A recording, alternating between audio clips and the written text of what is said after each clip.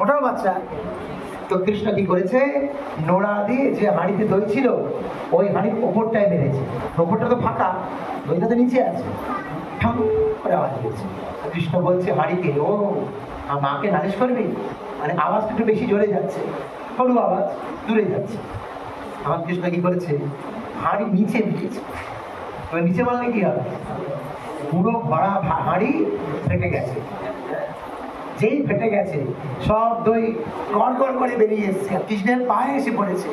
আচার্যরা ব্যাখ্যা দিচ্ছে যে দই কান ধরে বলছে, তোর পায়ে ধরলাম, ক্ষমা করে দেবে। সবগুলো লেগে দিচ্ছে,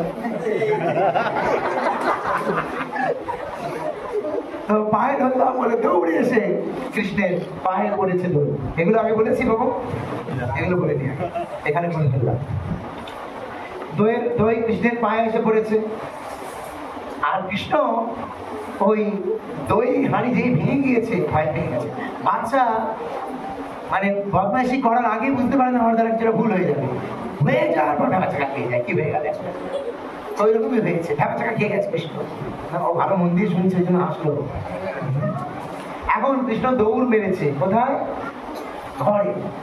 যে ঘরে গিয়ে কৃষ্ণ লুকিয়েছে ওই ঘরে মা যশোদা পুজোর জন্য, তার ইন্দ্র পুজো, ইন্দ্র পুজোর জন্য সব ঝিকে এই ক্ষীর মাখন ছানা সব বানিয়ে বানিয়ে রেখে দিয়েছে। আর মা যশোদা সবসময় টেনশন হতো, কখন না এই বদমাস ছেলেটা সব এটা করে দেয়, কখন না এটা করে দেয়। এই জন্য কখনো নেগেটিভ চিন্তা করতে নেই। নেগেটিভ চিন্তা করলে ফল নেগেটিভ হবে, সবসময় পজিটিভ চিন্তা করতে হবে। আমাদের স্কুলে একটা বই আছে, বইটার নাম হচ্ছে পজিটিভ থিঙ্কার। সব সময় পজিটিভ চিন্তা করো, ভালো হবে, যা হচ্ছে ভালো হবে, নেগেটিভ না। মানুষগুলো নেগেটিভ চিন্তা করতো, এই নেগেটিভ ফল হয়েছে। কৃষ্ণ সব ইটো করে দিয়েছে। রেগে রেগে যে একটা হাঁড়ি ফাটিয়ে শান্তি হয় না, সবগুলোকে খাচ্ছে, মানুষকে খাওয়াচ্ছে, কাককে খাওয়াচ্ছে, এটা করে দিয়েছে। এদিকে মা যশোদা দুধটা নামিয়ে যখন এলো, এসে দেখছে যে ভয়ঙ্কর কাণ্ড হয়েছে। এতদিন ধরে সুযোগ পেয়েছিলাম কৃষ্ণ সেবা করা, কিন্তু ছেলে হাঁড়ি ফাটিয়ে একাকার কাণ্ড। এখন কৃষ্ণকে আমি আজকে মনে করো কৃষ্ণকে আজকে মার। তো মারা লাঠিটাও কৃষ্ণ দিয়েছে। তিনি কৃষ্ণ ড্যাংগুলি খেলতে যেত, ড্যাংগুলি, গুলি মানে লাঠি দিয়ে মারা হয়, গুলিটা ছিটকে যায়। যে একটা দিয়ে গুলি খেলতো, কৃষ্ণ খেলার ফলে লাঠিটা দেয়ালের পাশে রেখে দিয়েছিল। অর্থাৎ কৃষ্ণ ছাড়া তো কিছুই পাওয়া যাবে, কৃষ্ণ দিলেই পাওয়া যাবে। তো লাঠিটা নিয়ে কৃষ্ণকে এখন মারার জন্য, ধরার জন্য মানুষরা যাচ্ছে। যাবে এই অন্ধকার, ভোর 4:30 বাজে, চারদিকে ঘুটঘুটে অন্ধকার। হঠাৎ চোখ পড়লো মাটিতে পায়ের ছাপ, চোর চুরি করে ছাপ দিয়ে গেছে। এখানে খুব সুন্দর শিক্ষা আচার্যরা দিলেন যে কৃষ্ণ জগৎকে দেখালেন, তুমি যদি আমাকে পেতে চাও তাহলে আমার পথ অবলম্বন করতে হবে। আমি যে পথ দেখিয়েছি ওই পথ অবলম্বন করতে হবে। এই জড় জগতে লোকেরা বলে যত মত তত পথ, যা করো এক জায়গায় যাবে। কৃষ্ণ তা বলেনি। কৃষ্ণ কি বললেন, জানতি দেবব্রতা দেবা পিতৃন জানতি পিতৃব্রতা ভূতানি জানতি ভূতেজা জানতি মজ্জা জিনহপিমা। যে যার উপাসনা করবে সে সেই লোকে যাবে। ঠিক আছে, সবাই কৃষ্ণের কাছে যাবে না। কৃষ্ণ হচ্ছেন চরম প্রাপ্তি, সবাই কৃষ্ণের কাছে যাবে না।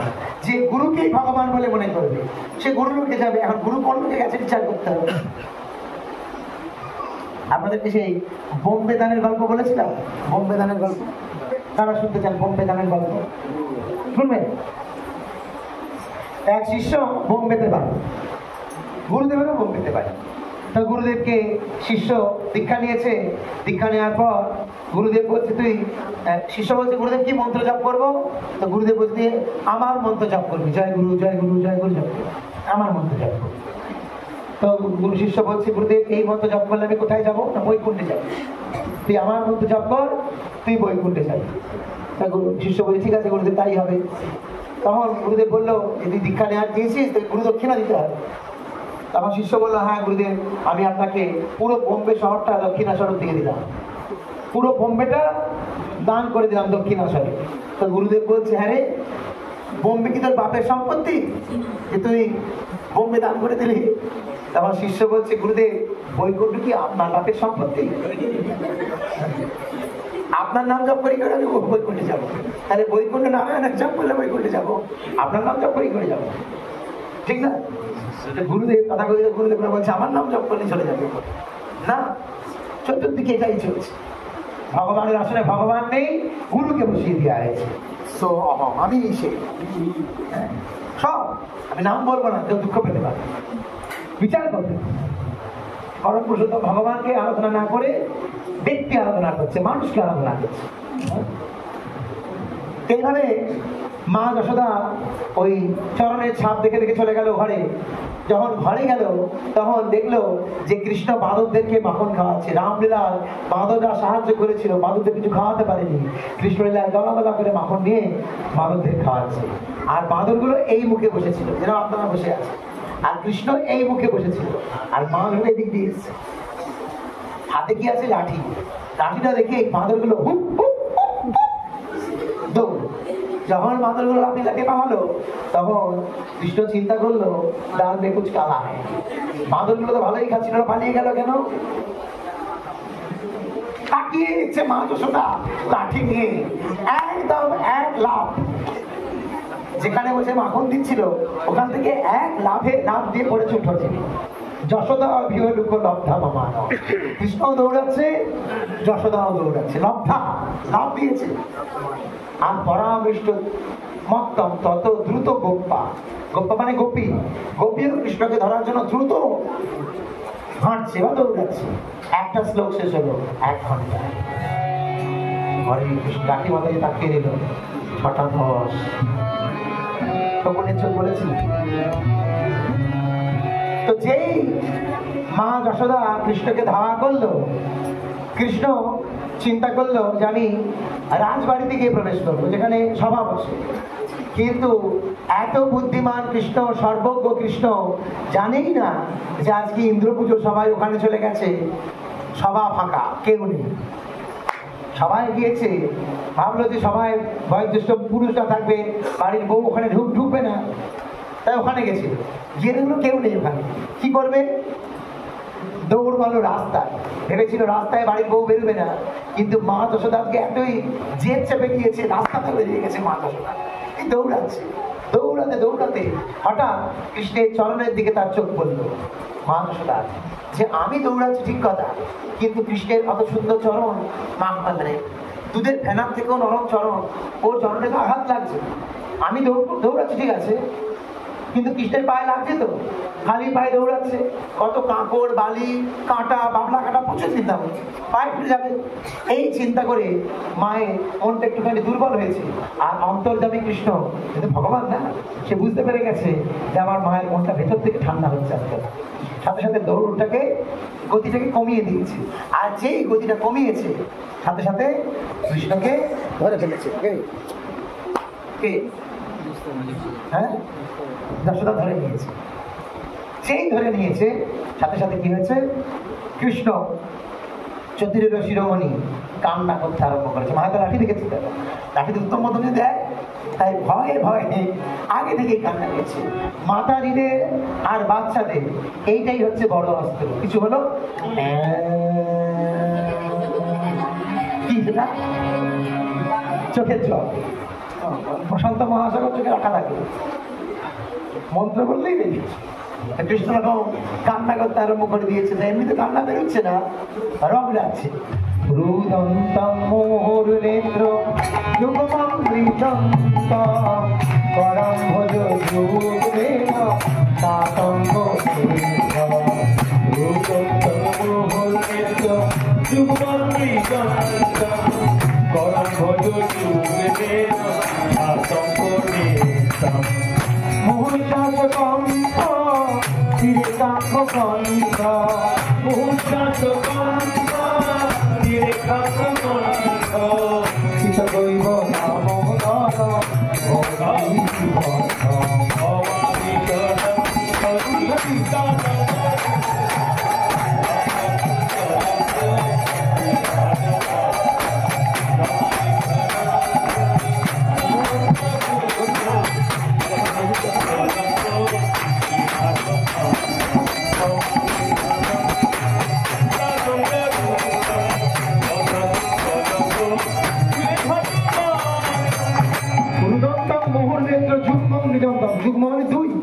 দুটো হাত দিয়ে চোখটা রগড়াচ্ছে। হাতটা কেমন? করম ভোজ।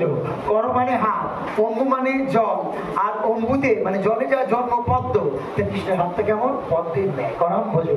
সেই পদ্ম সদৃশ হাত দিয়ে দুটো চোখকে রগড়াচ্ছে। চোখ রগড়াতে কি জল বেরিয়ে যাবে? হ্যাঁ, কাজলে মাখা চোখ, আর দেখতেও কালো, এমন চোখটা রগড়েছে পুরো বাঁদরের মতো লাগবে, হনুমানের মতো। পুরো মুখটা কালো হয়ে গেছে, চোখে কাজলটা লেপে, হ্যাঁ, আর ফোপাচ্ছে। মুহুশ্বাস কম্প, তীরে কাব্য, গলায় ত্রিবলী লেখা পড়ে গিয়েছে। এই অবস্থায় মা চিন্তা করলেন যে না, এত ভয় পেয়ে গেছে, লাঠি দিয়ে আর মারবো না, লাঠিটা ফেলে দিয়েছে। কিন্তু ছেলে বড় হচ্ছে, শাসন না করলে বেয়াদব তৈরি হয়ে যাবে, বেঁধে রাখবে। কারা কারা ছোটবেলায় বাঁধা দেখেছে হাত তুলে? থেকেছে? হ্যাঁ, তুমি থাকো, থেকেছো তুমি? হ্যাঁ, আর যারা যারা হাত তুললেন না, তারা ভাবছে যে আমরা বাধা নেই, সবাই মায়া পাশে বন্দী, আর ভাবছে কেউ বাধা নেই, এখনো বাধা আছে। সবাই তো আমাদেরকে, মানে ভগবান তো আমাদেরকে মায়ার পাশে বন্দী বানিয়ে রেখেছে। মায়াপুরে গেছে, সন্ধ্যা আরতির সময় উদণ্ড নিত্য কীর্তন চলছে, আর বলছে এক ভক্ত আর একজনকে, এক ব্যক্তি আরেকজন ভক্তকে বলছে, মায়াপুর ধাম নামেও মায়া, কাজেও মায়া, আসলে আর যেতে ইচ্ছা করে না। কি সুন্দর রাধা মাধব, কি সুন্দর আরতি, কি সুন্দর। কি করছো? ঘড়ি দেখছে। কেন? বাস ছেড়ে দেবে। তাহলে তুমি যে বললে এত মায়া বাড়িয়ে যেতে ইচ্ছা করে না, একটা অদৃশ্য দড়ি গলায় বাঁধা আছে। কি দড়ি? সংসারের দড়ি। টানছে কে? টানছে, ওই দড়িটা দেখা যায় না। আমাদের এরকম মায়ার পাশে আমরা বন্দী, দেখতে পাচ্ছি না, মনে করছি আমি ভারতবর্ষের স্বাধীন নাগরিক, বাধা। ভক্তি বিনোদ ঠাকুর বলছেন, তাক দিনা দিন দিন, ও হে তুমি কিসের স্বাধীন? সবাই পরাধীন, কিন্তু মনে করছে স্বাধীন। তো ভগবানকে মা যশোদা বাঁধতে চাইলেন। তো বাড়িতে তো দড়ির অভাব নেই, 9 লক্ষ গরু সবার গলায় দড়ি দিয়ে বাঁধা থাকে, সব দড়ি জয়েন করছে, কিন্তু নাভির কাছে এসে 2 আঙুল কম। যতই দড়ি জয়েন করে 2 আঙুল কম। এই 2 আঙুলের শিক্ষা কি? গুরু মহারাজ বলছিলেন যে 2 আঙুল হচ্ছে শরণাগতি আর কৃষ্ণের ইচ্ছা। জীব যতক্ষণ না শরণাগত হয়, ততক্ষণ কৃষ্ণ তার কাছে ধরা দেয় না। তো মা যত শরণাগত নয়, তো মা যত মনে আমার ছেলেকে বাঁধ করে, যখন বাঁধ দেখি হিমশিম খেয়ে গেছে, মাথার ঘাম ঝরছে, কোটির বসন খুলে যাচ্ছে, কবরীর ফুল খুলে পড়ছে, তখন মা যশোদা জিজ্ঞেস করলো কৃষ্ণকে, আচ্ছা তুই কি ম্যাজিক করছিস, জাদু করছিস, কি করছিস তুই? কি দিয়ে তোকে বাঁধা যাবে বল? এই যে কি দিয়ে তোকে বাঁধা যাবে বল? তার মানে তোমাকে বাঁধার উপায় তুমি বলে দাও। কি করলে তোমাকে পাবো তুমিই বলে দাও। তার মানে শরণাগতি, আমার প্রচেষ্টায় আমি তোমাকে পেতে পারি না, তুমি বলে দাও কি করলে তোমাকে পাবো। শরণাগতি, যেই শরণাগতি হয়েছে, সাথে সাথে কৃষ্ণের পেট ছোট হয়ে গেল, কেঁদে দিচ্ছে। সেখানে আচার্যরা ব্যাখ্যা দিচ্ছেন, ভক্ত কখনো যেন মনে না করে সব ভগবানের ইচ্ছায় হবে।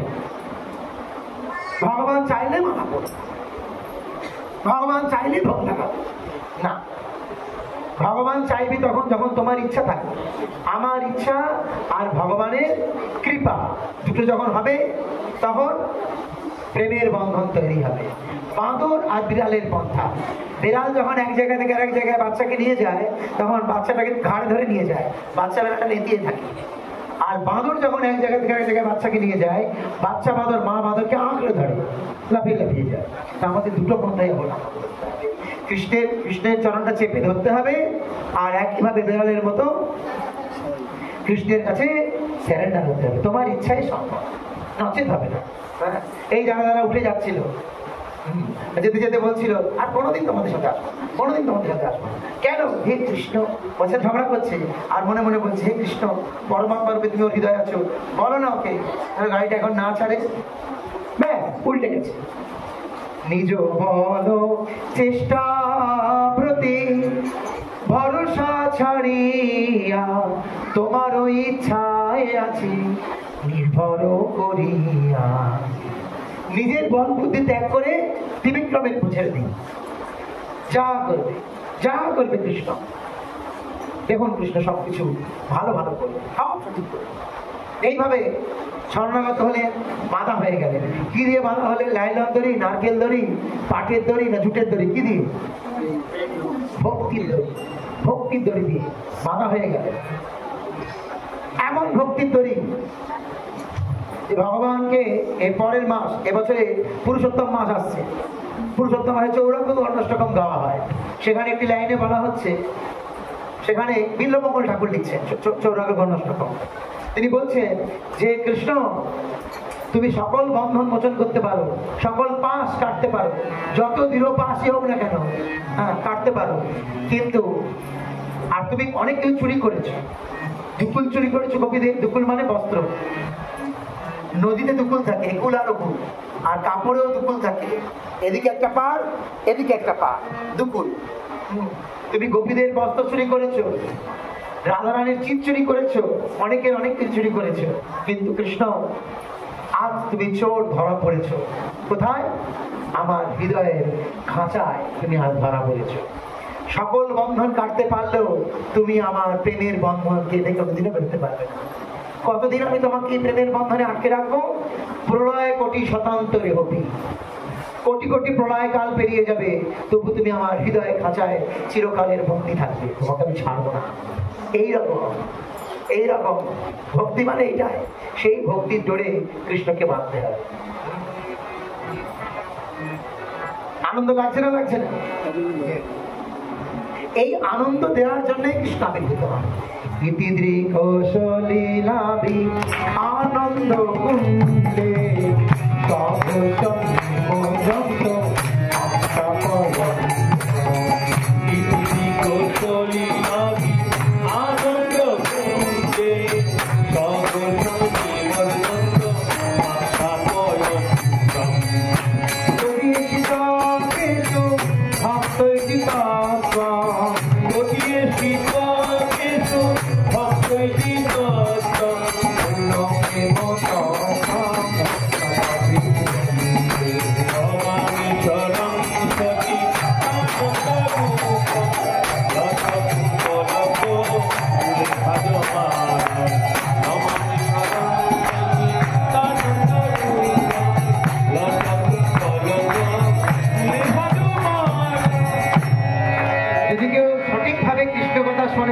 কৃষ্ণকথার যে আনন্দ, সে আনন্দ ছেড়ে আর কোনো জায়গায় যেতে চাইবে না। পরীক্ষিত মহারাজ, যার অভিশাপ হলো 7 দিন বাদে মৃত্যু, মৃত্যু ভয় ভীত না হয়ে তিনি কৃষ্ণকথা শুনতে বসে গেলেন। তার মানে কত টেস্ট পেয়েছেন, কত টেস্ট। প্রভুপাদের সামনে, প্রভুপাদ বিদেশে গেছেন, এক ব্যক্তি প্রতিদিন আসে, এসেই নাক ডাকতে আরম্ভ করে দেয়, আর শিষ্যরা পেছনে গিয়ে বসিয়ে দেয়। একদিন ওই রকম নাক ডাকছে, এসেই ঘুমিয়ে পড়েছে, আর প্রভুপাদ শিষ্যরা সরিয়ে দিচ্ছে। প্রভুপাদ বলে বসুক বসুক। প্রবচন সে জয়ধ্বনি দিয়েছে, লোকটা ঘুম ভেঙে গেছে। প্রভুপাদ জিজ্ঞেস করলেন, আচ্ছা আমি দেখছি আপনি প্রতিদিন আসেন আর এসেই ঘুমিয়ে পড়েন, এর কারণ কি? সেই লোকটা বললো, স্বামীজি আমি ঘুমানোর জন্য অনেক চেষ্টা করি, অনেক স্লিপিং পিলস, ঘুমের ওষুধ খেয়েছি, কিন্তু ঘুম হয় না। কিন্তু জানি না, যেই আপনি এখানে প্রবচন আরম্ভ করেন আমার নিশ্চিন্তে ঘুম পায়, একবার আমাকে ঘুমাতে দিন। তার মানে এই হরিকথায় এত প্রশান্তি, এত টেনশন ফ্রি, যে মানুষ হরিকথায় প্রকৃত শান্তি অনুভব করে। জীবনে যত জায়গায় আপনি অশান্তি ভোগ করছেন, যদি প্রকৃত আপনি অশান্তি থেকে মুক্ত হতে চান, সাধু সঙ্গে হরিকথা শ্রবণ করুন, ভুলে যাবেন।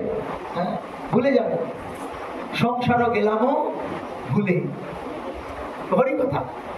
আর সেই হরিকথাতে এত আনন্দ, কৃষ্ণলীলার মধ্যে এত আনন্দ, হ্যাঁ, সেই আনন্দে ভক্তকে ডুবিয়ে রাখে। যারা নির্বিশেষ ব্রহ্মের উপাসনা করে, জীবনে কোনো আনন্দ নেই, খটখটে সুপারির মতো। কিন্তু যারা ভক্ত, শাখা রূপের ভক্ত, দিন রাত কৃষ্ণ কথা নিয়ে আনন্দ করছে, আনন্দ। ভোগ লাগিয়ে দিন, আরতি করে নিমজ্জন্ত। আচ্ছা, তাহলে হরিবল হরিবল হরিবল ভোগ লাগিয়ে দেবে, পর্দা খুলবে, এই দামোদর আরতিটা হয়ে যাবে, হরিনাম করে তারপরে সন্ধ্যা যেটা হয়। কেন সবাই চলে যাবে করছে। নিমজ্জন্ত মাংসা পয়ন্ত তদিয়েশি তজ্ঞেশু ভক্তই জিতত্ব। আর তুমি জগৎকে কি দেখালে? যে বারবার আমি আমার ভক্তের কাছে পরাজিত হই। এই জগতে মানুষ হেরে গেলে সুইসাইড পর্যন্ত করে দেয়, করে না? পরীক্ষায় ফেল করলে সুইসাইড করে দেয়, সুইসাইড পর্যন্ত করে দেয়। আর যিনি বিশ্বব্রহ্মাণ্ডের মালিক, তিনি হেরে গিয়ে আনন্দ পাচ্ছেন। তার মায়ের কাছে ধরা পড়েছে। ছোটবেলায় কবিতা পড়েছিলাম, স্বাধীনতাহীনতায় কে বাঁচিতে চায়, হে কে বাঁচিতে চায়, দাসত্ব শৃঙ্খল বলো কে পরিবে পায়, হে কে পরিবে পায়। কেউ দাসত্বের শৃঙ্খল করতে চায় না, কেউ। এই যে মন্দিরের দায়িত্ব প্রভুকে দেওয়া হবে, প্রভু কিছু নিয়ম তৈরি করবে, টপ টু বটম প্রথমেই বিরোধিতা করবে, না না এটা আগে ঠিক ছিল। কেন? নিয়ম তৈরি করলেই পরাধীন স্বীকার করতে হবে। বাস্তবিক আমরা পরাধীন, কিন্তু নিয়ম তৈরি করলে আমরা বেগর পাই, বিরোধিতা করবো। এখনই বলছিল ইসকন নিলে খুব ভালো হয়, ইসকন নিলে খুব ভালো হয়। এই ইসকনের নিয়ম ফলো করতে বলবো তখনই। এখন কুপন সিস্টেম আরম্ভ করেছে, এই করেছে ওই করেছে, না আর চলবে কি করে মন্দিরটা? ঠিক করেছে না ভুল করেছে? ঠিক, কারা বলছে ঠিক করেছে? ধন্যবাদ। তো নিয়ম তৈরি করলেই তখন, কিন্তু বিশ্বব্রহ্মাণ্ডের ভগবান তিনি তার ভক্তের পরাধীনতা স্বীকার করতে চান। বাধা আছে ভগবান। এবার 4 আর 5 নম্বর শ্লোক একসাথে বলি। তাহলে 3 নম্বর শ্লোকের ভিত্তি কি? ভগবান তার লীলার দ্বারা ভক্তকে আনন্দ দেন আর জগৎকে দেখান যে আমি চিরকাল ভক্তের কাছে পরাজিত হই। 4-5 শ্লোক একসাথে। বরং দেব মোক্ষণ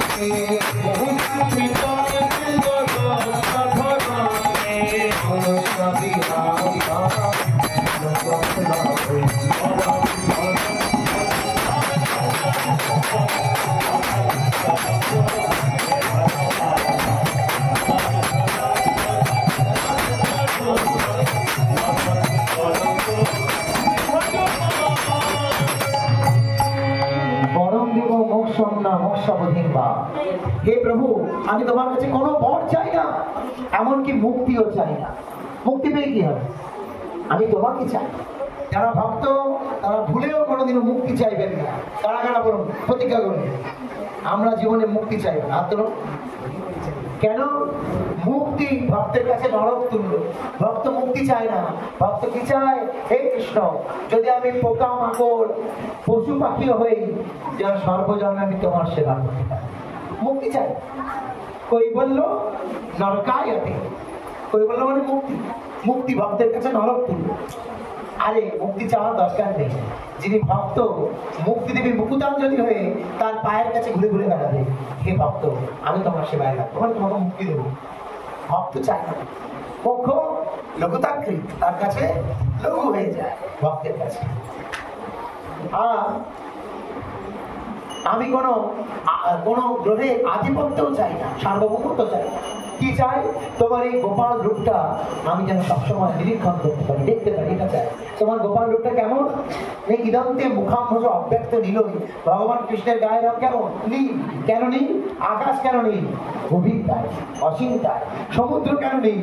অসীম তাই। তাহলে কৃষ্ণ কেন নীল? অসীম। কৃষ্ণ অসীম, অনন্ত, তাই তার গাত্রবর্ণ কেমন? নীল। প্রবীর ঘনশ্যাম, ঘন নীল, মেঘবর্ণ যার গায়ে রং।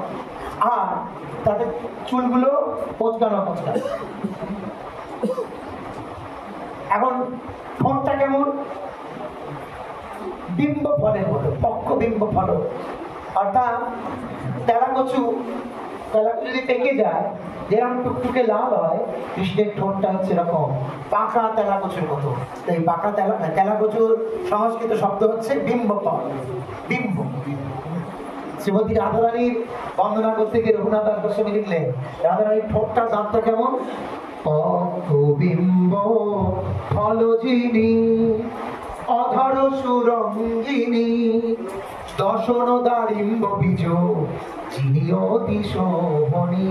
বেদানার যে বীজ সে সারিবদ্ধ আছে, ঠিক তেমনি রাধারানীর দাঁত গুলো এরকম সারিবদ্ধ, কত সুন্দর ব্যাখ্যা। আর ঠোঁটটা কেমন? বিম্ব ফলজিনী, ঠোঁটটা এমন কৃষ্ণের ঠোঁটটা এরকম। তো কৃষ্ণ দেখতে কালো কিন্তু স্নিগ্ধ। মা কালী পুজো কালকে, কালো কালী বিশাল বিকট ভাবে হয়েছে, বিকট। হ্যাঁ, গলায় মুন্ডমালা, একটা বাচ্চাকে কোলে নিয়ে যদি যায় ও দেখেই আঁকতে উঠবে, কান্না করে উঠবে। আর কৃষ্ণ সে এত সুন্দর, এত সুন্দর, এত সুন্দর, অতি বড় নাস্তিকও কৃষ্ণের দিকে তাকিয়ে হাঁ করে থাকে, একবার তাকাবে, এত সুন্দর স্নিগ্ধ। তো সেই কৃষ্ণের রূপ এত সুন্দর, আর সেই রূপ দিয়ে তিনি মা যশোদার গালে চুম্বন দিয়েছে। মুহুশ্চুম্বিতম বিম্ব, মুহুশ্চুম্বিত চুম্বন দিয়েছে। মুহুশ্চুম্বিতম বিম্ব রক্তাধরং মে মনস্বাবীর আস্তান। আমার মনোপথে এই রূপটাই যেন পার্মানেন্ট স্টিকারের মধ্যে চিঠিয়ে যায়। মনস্বাবীর আস্তান অলঙ্কার সদা। 7 নম্বর শ্লোক, 6 নম্বর। নামদেব দামোদর আনন্দ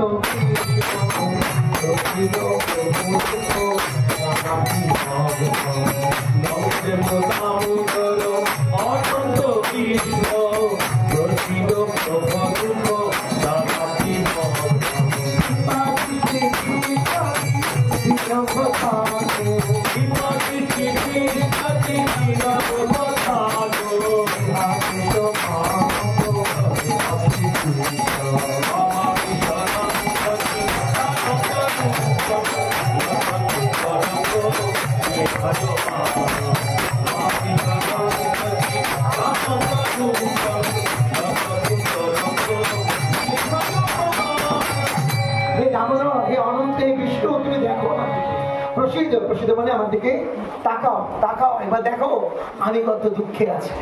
কারা কারা দুঃখে আছে লাভ করে? কিসের দুঃখ তোমার?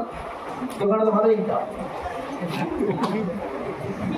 কি কি দুঃখ? মাতাজি হাঁটু ব্যথা দুঃখ, হাঁটু ব্যথা দুঃখ, হাঁটু ব্যথা নয় তো। সবাই আমরা অনন্ত দুঃখে আছি, অনন্ত দুঃখ। ওপর থেকে দেখে মনে হচ্ছে পালিশ করা চকচক করছে। কত মানুষের রাত্রিবেলা বালিশ ভিজে যায়, কেন? চোখে চোখে পড়ায়, বুঝতে পারছে? মুখ ফুটে বলতে পারে না, কাকে বলবে? এই সমাজটা হচ্ছে এরকম, যাকে আপনি মনের কথা বলবে শুনবে, অপেক্ষা থাকবে, আপনার দুর্বলতাটা জেনে গেছে, সুযোগ আসবে ওইখানেই ছবল পাবে। এটাই দুনিয়া। খুব ভালো লেগেছে কথাটা না? এটাই তো হচ্ছে পুরো দুনিয়াতে, শুধু অপেক্ষা করবে কখন আপনার দুর্বলতা জেনে নেওয়ার পর, ওইখানেই ছবল। এই জগতে একমাত্র দুঃখ নিবারণ করার জন্য 2 ব্যক্তি আছে, গুরু আর কৃষ্ণ। সংসার দাবা নললীর লোকা প্রাণায় কারুণ্য ঘনা ঘনাত্ম। এটাই ধন্যবাদ। প্রাপ্ত সকল্যাণ গুণার্ণবাস বন্দে গুণাধি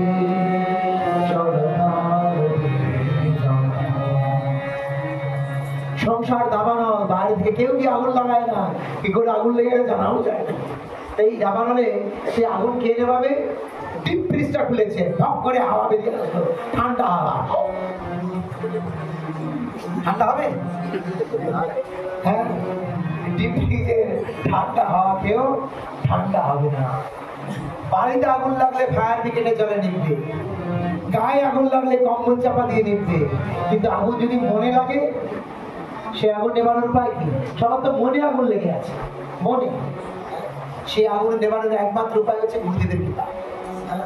এখানে বলা হয়েছে প্রসিদ্ধ প্রভু দুঃখ জলাব্ধি ভগ্ন কৃপা দৃষ্টি বৃষ্টাতি।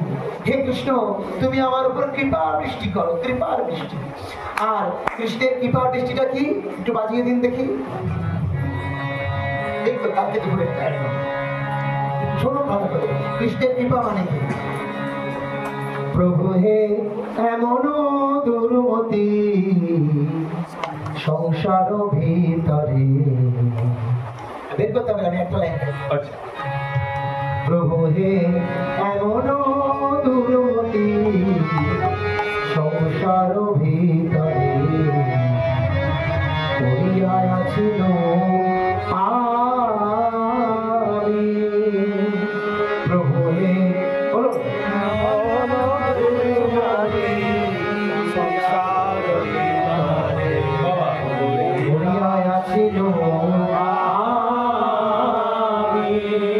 পড়িয়াছিল কৃষ্ণকে দিচ্ছে তব নিজ জন কোন মহাজনে পাঠাইয়া দিলে তুমি, তব নিজ জন কোন মহাজনে পাঠাইয়া দিলে তুমি, পাঠাইয়া দিলে তুমি,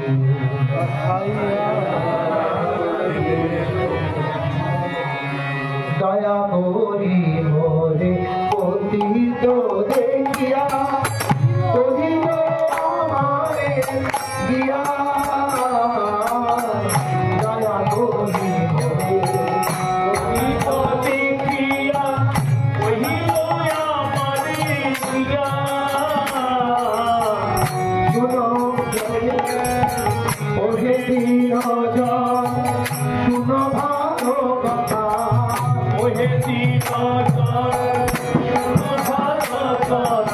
উল্লাসিত হবে ইয়া, ওহে দীনজন শুনো ভালো কথা, উল্লাসিত হবে ইয়া, এমন তুলসী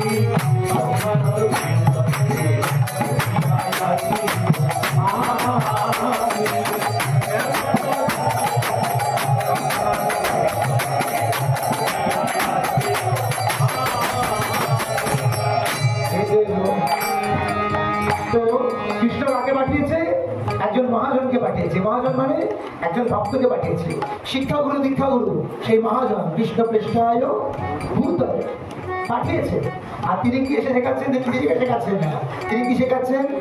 তোমারে তারি শ্রীকৃষ্ণ চৈতন্য নবদ্বীপে অবতার, তোমারে তারি তোমার তারিতে শ্রীকৃষ্ণ চৈতন্য নবদ্বীপে অবতার। এখানে খুব বড় শিক্ষা। তাহলে যিনি কৃষ্ণ তাকে পাঠিয়েছে সে কখনোই বলবে না আমি ভগবান। সে কি করবে? সে প্রকৃত ভগবানের কাছে পাঠাবে। যাও মহাপ্রভু ভগবান, যাও কৃষ্ণ ভগবান তার কাছে যাও।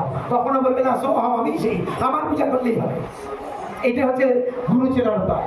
যাদেরকে তাদের গুরুরা বলেছে আমি ভগবান, তাদেরকে বাতিলের খাতায় করে দাও, আজকেই ত্যাগ করে দাও, আজকে ইমিডিয়েট।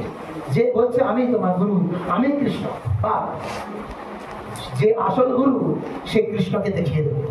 তোমারে তারিতে কৃষ্ণ চৈতন্য নবদ্বীপে অবতার, তোমারো তারিতে কৃষ্ণ চৈতন্য নবদ্বীপে অবতার। তোমা হেন জনে তোমা হেন কত পাপি তাপি জনে, তোমা হেন পাপি তাপি জনে, তোমা হেন কত হীন হীন জনে, তোমা হেন কত হীন হীন জনে, করিলে ভগবান, তোমা হেন কত হীন হেন জনে, করিলে ভগবান, এমন দুর্মতি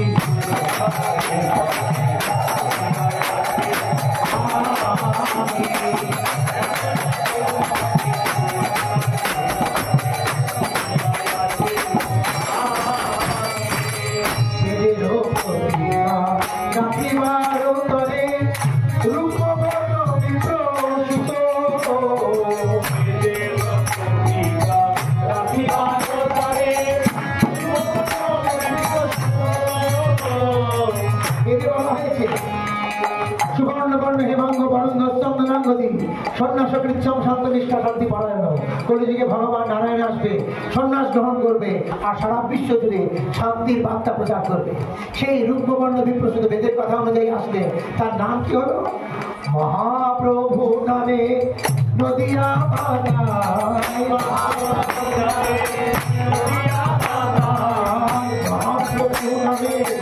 নদিয়া বাজায়, মহাপ্রভু নামে নদিয়া বাজায়, সঙ্গে ভাই অবধূত, মহাপ্রভু নামে নদিয়া বাজায়, সঙ্গে ভাই নিতান্ত।